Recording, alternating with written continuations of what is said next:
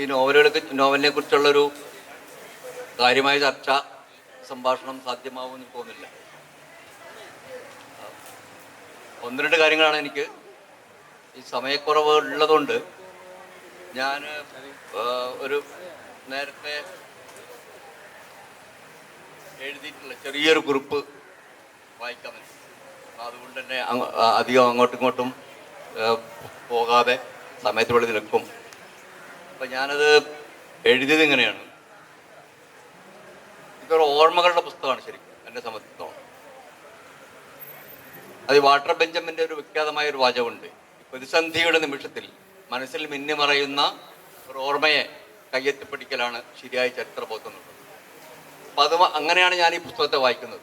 ഈ പുസ്തകം ഒരേ സമയത്ത് ഒരു ഓർമ്മയും ഒരു ചരിത്ര സഞ്ചാരവുമാണ്. കേരളത്തിൻ്റെ രാഷ്ട്രീയത്തിൻ്റെ, കേരളത്തിലെ സാമൂഹിക ചരിത്രത്തിൻ്റെ, കേരളത്തിലെ കമ്മ്യൂണിസ്റ്റ് പാർട്ടിയുടെ, കേരളത്തിലെ നവോത്ഥാന പ്രസ്ഥാനത്തിൻ്റെ ചരിത്രം, ഇങ്ങനെ പലതരത്തിൽ ബന്ധപ്പെട്ട ഓർമ്മകളുടെ ഒരു ഒരു ഇതാണിത്.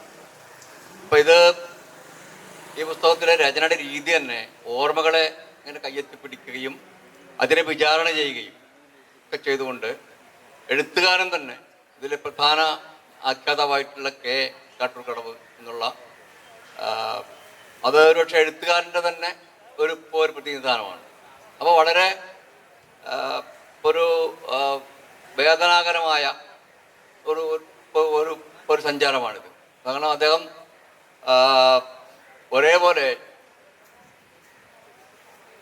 ഒരേ സമയത്ത് ഈ കമ്മ്യൂണിസ്റ്റ് പാർട്ടി പ്രസ്ഥാനത്തെയും തൊഴിലാളികളുടെ പ്രസ്ഥാനത്തെയും നവോത്ഥാന പാരമ്പര്യത്തെയുമൊക്കെ തന്നെ എപ്പോഴും ഉയർത്തിപ്പിടിക്കുകയും അതിൻ്റെ ഭാഗമാവുകയും അതിൻ്റെ പിന്തുടർച്ചയിൽ തന്നെ സഞ്ചരിക്കുകയൊക്കെ ചെയ്യുമ്പം തന്നെ ആ കാലത്തിൻ്റെ ഓർമ്മകൾ നിന്ന് ചരിത്രപരമായി അതിൻ്റെ യാഥാർത്ഥ്യത്തിൽ നിന്ന് എങ്ങനെയൊക്കെയാണ് ഈ സമൂഹത്തിൽ ജാതി എന്ന ഘടകം നിലനിൽക്കുന്നത്, ജാതി എങ്ങനെയാണ് മനുഷ്യരുടെ എല്ലാ പോരാട്ടങ്ങളെയും ദുർബലമാക്കുന്നത് എന്ന്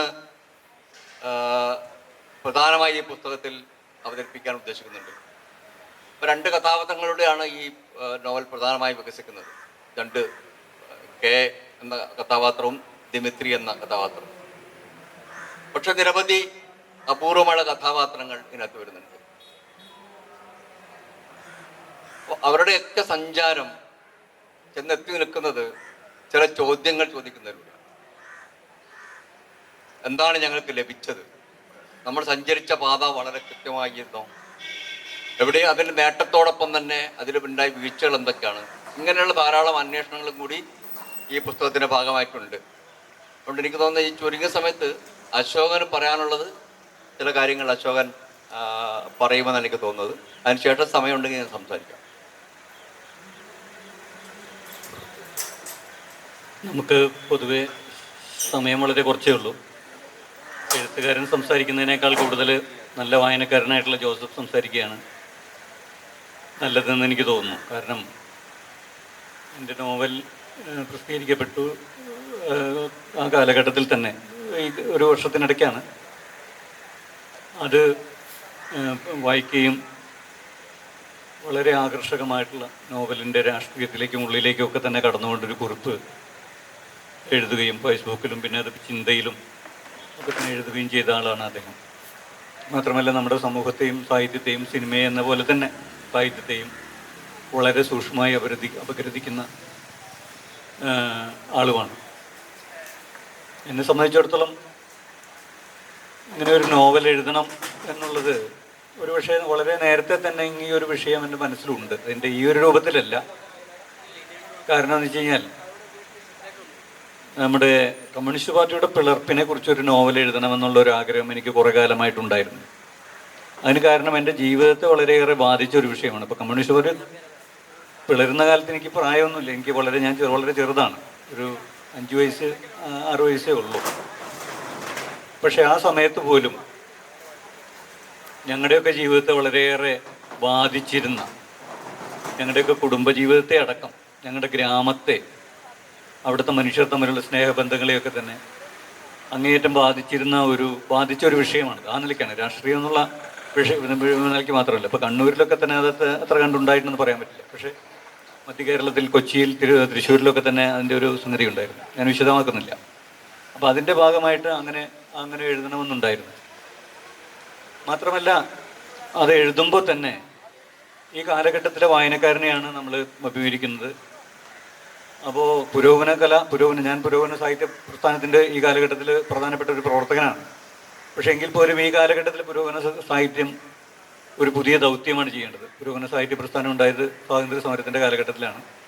ആ കാലഘട്ടത്തിൽ പോലെ ഒരു ഉദ്ബോധനത്തിൻ്റേതായിട്ടുള്ള ശൈലിയിലല്ല, പ്രത്യേകിച്ചും കേരളത്തിൽ ഉത്ബുദ്ധമായൊരു സമൂഹത്തിൻ്റെ മുമ്പാകെ പുരോഗമന സാഹിത്യ പ്രസ്ഥാനം നിൽക്കേണ്ടത് കുറേ കൂടി ആത്മവിമർശനപരമായ, ആത്മപരിശോധനയുടെ ഒരു ഭാഷയിലാണ് അത് എഴുതപ്പെടേണ്ടത്. പുതിയ കാലത്തെ പുരോഗമന സാഹിത്യത്തിൻ്റെ രൂപം അങ്ങനെയായിരിക്കണം എന്നുള്ളൊരു കാഴ്ചപ്പാട് ഞാൻ എപ്പോഴും ഞങ്ങളുടെ സുഹൃത്തുക്കൾക്കിടയിൽ പങ്കുവയ്ക്കാറുണ്ട്. അപ്പോൾ ആ ഒരു സ്റ്റൈലിലും ആ ഒരു ശൈലിയിലുമാണ് ഞാനത് എഴുതിയത്. മാത്രമല്ല, കമ്മ്യൂണിസ്റ്റ് പാർട്ടിയുടെ പിറപ്പ് 1960 നടന്നതാണ്, 64 നടന്നതാണ്. പക്ഷേ ആ കാലഘട്ടത്തിൽ നിന്നൊക്കെ കാലം വളരെയേറെ പിന്നിട്ട് പോകുന്നു, പുതിയ കാലഘട്ടത്തിലേക്ക് കടന്നു. പുതിയ കാലഘട്ടത്തിലേക്ക് അത് കടക്കുമ്പോൾ പുതിയ കാലഘട്ടത്തിൻ്റെ അതിൻ്റെ തുടർച്ചയായി ഉണ്ടായിട്ടുള്ള സംഭവവികാസങ്ങളെ ഊന്നിക്കൊണ്ടല്ലാതെ പുതിയ കേരളത്തിൻ്റെ ജീവിതവും രാഷ്ട്രീയവും പ്രത്യക്ഷമായ അതിൻ്റെ മുഖവും അതിൻ്റെ ഉള്ളിലെ തീർത്തും വ്യത്യസ്തമായ മുഖമാണെന്ന് പറയാൻ പറ്റില്ല, ഒരു ഉള്ളകം ഒക്കെ തന്നെ കണ്ടുകൊണ്ട് മാത്രമേ അതിനെ പരിശോധിക്കാൻ കഴിയുള്ളൂ. മറ്റൊന്ന്, ഈ കാലഘട്ടത്തിൻ്റെ ഏറ്റവും സവിശേഷതയായിട്ടുള്ള സമൂഹ മാധ്യമങ്ങൾ, അതിൽ നടക്കുന്ന ചർച്ചകൾ, അത് മനുഷ്യ ജീവിതത്തിലുണ്ടാക്കുന്ന മാറ്റങ്ങൾ, ഇതൊക്കെ ഉൾക്കൊള്ളിക്കാതെ ഈ കാലഘട്ടത്തിൽ നമുക്ക് ഒരു സാഹിത്യം രചിക്കാൻ കഴിയില്ല. നോവൽ പോയിട്ട് എന്തായാലും നമുക്ക് രചിക്കാൻ കഴിയില്ല. അപ്പോൾ അത്തരം കാരണങ്ങളൊക്കെ ഉൾക്കൊള്ളിക്കൊണ്ടാണ് ഞാൻ ആ നോവൽ എഴുതിയത്. വളരെ ബുദ്ധിമുട്ടുണ്ട്. കാരണം എന്ന് വെച്ച് കഴിഞ്ഞാൽ ഒരു പ്രതിനായകനായിട്ടാണ് അവരുടെ നെറേറ്റർ വരുന്നത്. നായകൻ മറ്റൊരാളാണ്. അയാൾ നായകൻ്റെ ഈ അയാൾ അങ്ങേയറ്റം അപ്പുറത്താണ് നിൽക്കുന്നത്. പ്രതിനായകനായിട്ടാണ് നെറേറ്റർ നിൽക്കുന്ന ഒരു നോവൽ എഴുതുക എന്ന് പറഞ്ഞ് കുറച്ച് ബുദ്ധിമുട്ടാണ്. ആ മട്ടിലാണ് അത് എഴുതിയിട്ടുള്ളത്. അങ്ങനെയാണ് എനിക്ക് ആ ഒരു എഴുത്തനുഭവത്തെക്കുറിച്ച് പറയാനുള്ളത്. കൂടുതൽ സമയം ഞാൻ അപഹരിക്കുന്നില്ല. ജോസഫ് തുടരട്ടെ എന്ന് ഞാൻ ആഗ്രഹിക്കുന്നു. നമുക്കൊരു 5-6 മിനിറ്റേ അവശേഷിക്കുന്നുള്ളൂ. അപ്പോൾ ഞാൻ നേരത്തെ പറഞ്ഞ പോലെ സമയം തീരെ പറഞ്ഞതുകൊണ്ട് ഞാൻ ഒരു ചെറിയ കുറിപ്പ് വായിക്കാം. കാട്ടൂർക്കടവ് എന്ന നോവൽ ഓർമ്മകളെ കയ്യെത്തിപ്പിടിക്കുകയും അതിനെ വിചാരണ ചെയ്യുകയും ചെയ്തുകൊണ്ടാണ് നമ്മുടെ മുമ്പിൽ എഴുതപ്പെടുന്നത്. കെ എന്ന എഴുത്തുകാരനിലൂടെയും ദിമിത്രി എന്ന റെക്കോർഡ് ഓഫീസ് ജീവനക്കാരനിലൂടെയും അശോകൻ ചെരുവിൽ എന്ന എഴുത്തുകാരൻ ഭൂതകാലത്തിലൂടെയും വർത്തമാനകാലത്തിലൂടെയും സഞ്ചരിച്ചുകൊണ്ട് ഒരു ദേശത്തിൻ്റെ രാഷ്ട്രീയ ചരിത്രം എഴുതുകയും സ്വയം വിചാരണ ചെയ്യുകയും ചെയ്യുന്നത് ഈ നോവലിൻ്റെ സവിശേഷതയാണ്. കാരണം ഇതൊരു വിചാരണ തന്നെയാണ്, അശോകൻ പറഞ്ഞതുപോലെ. പ്രത്യക്ഷത്തിൽ കമ്മ്യൂണിസ്റ്റ് പ്രസ്ഥാനത്തെ പൂർണ്ണമായി സ്നേഹിക്കുകയും ന്യായീകരിക്കുകയും ചെയ്യുമ്പോൾ തന്നെ പ്രസ്ഥാനം നടന്നു തീർത്ത വഴികളിലെ കാണാക്കുഴികളെക്കുറിച്ചും പരാജയപ്പെട്ട സ്വപ്നങ്ങളെക്കുറിച്ചും വേദനയോടെയും സ്വയം പരിഹാസത്തോടെയും പറയുന്നു എന്നുള്ളതാണ് ഈ നോവലിനെ കമ്മ്യൂണിസ്റ്റ് വിരുദ്ധ രചനകളുടെ ഗൂഢതന്ത്രങ്ങളിൽ നിന്ന് വഴിവിരിഞ്ഞു പോകുന്ന വ്യത്യസ്തമായ ഒരു രചനയാക്കുന്നത്. ഈ നോവൽ എഴുത്തുകാരൻ്റെ കൈപൊള്ളുന്ന ഹൃദയമെരിയുന്ന അന്തർയാത്രകളാണ്. അപ്പോൾ വായനക്കാരും ആ യാത്രകളുടെ നീറ്റലും പൊള്ളലുകളും അനുഭവിക്കും. കണ്ടിട്ടും കേട്ടിട്ടും ഉണ്ടെങ്കിലും പലതരം കാരണങ്ങൾ കൊണ്ട് സാമാന്യബോധ നിർമ്മിതിയുടെ ചങ്ങലകളിൽ കുരുങ്ങി വേദനാകരമായ യാഥാർത്ഥ്യങ്ങളെ മറച്ചു വെച്ചാണ് കേരള സമൂഹം ജീവിക്കുന്നത്. അങ്ങനെ മറയ്ക്കപ്പെടുന്ന ഒന്ന് പ്രധാനമായും ജാതിയാണ്. അങ്ങനെ മറയ്ക്കപ്പെട്ട ജാതി അടക്കമുള്ള ചില യാഥാർത്ഥ്യങ്ങളെ ഈ നോവൽ ഓർമ്മിപ്പിക്കുന്നു എന്നുള്ളതാണ് ഇതിൻ്റെ ഏറ്റവും വലിയ ശക്തിയായി ഞാൻ കാണുന്നത്. ശക്തമായ ഒരു സാന്നിധ്യമായി നിലനിൽക്കുന്ന ജാതി വ്യവസ്ഥ ഉയർത്തുന്ന മാരക വിപത്തുകളെ ഉൾക്കൊള്ളുന്നതിലും അഭിസംബോധന ചെയ്യുന്നതിലും കമ്മ്യൂണിസ്റ്റ് പ്രസ്ഥാനത്തിന് വേണ്ടത്ര കഴിയാതെ പോയെന്ന വിമർശനം ഈ നോവലിൻ്റെ അടിസ്ഥാന ധാരയായി നിലനിൽക്കുന്നുണ്ട്. അപ്പോഴും കാലുകൾ വിണ്ടുകീറി ചോരയും വിയർപ്പും ഒഴുക്കി അപമാനങ്ങളുടെയും ക്രൂരമർദ്ദനങ്ങളുടെയും വേദന വിഴുങ്ങി തോറ്റും ജയിച്ചും ഭാവിയിലേക്ക് നടന്നുപോയ കമ്മ്യൂണിസ്റ്റ് മനുഷ്യരുടെ വൈകാരിക ഭൂപടമായും ദേശചരിത്രത്തിൻ്റെ രാഷ്ട്രീയ ഭൂപടമായും കാട്ടൂർക്കടവ് നമ്മുടെ മുമ്പിൽ നിവർന്നു കിടക്കുകയാണ്. അപ്പോൾ കാട്ടൂർക്കടവ് കേരളത്തിൻ്റെ ദേശചരിത്രവും വിമർശനവുമാകുകയാണ്. മറ്റൊരു തരത്തിൽ കമ്മ്യൂണിസ്റ്റ് പ്രസ്ഥാനത്തിൻ്റെ മനുഷ്യ ചരിത്രവുമാവാം.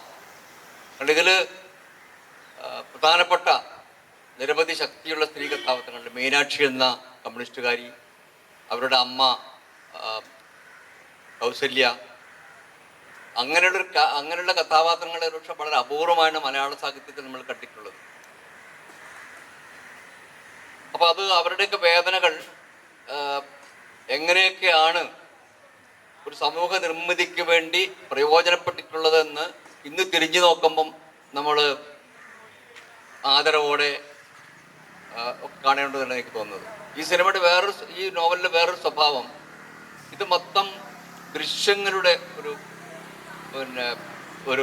നോവലായിട്ട് എനിക്ക് തോന്നിയിട്ടുള്ളത്. ഞാനൊരു സിനിമ കാണുന്ന, സ്ഥിരമായി സിനിമയ്ക്കൊപ്പം സഞ്ചരിക്കുന്ന ഒരാളായതുകൊണ്ട് തോന്നിയതാവാം. ഈ നോവലിൽ ഒരു സിനിമയല്ല, ധാരാളം സിനിമകളുണ്ട്.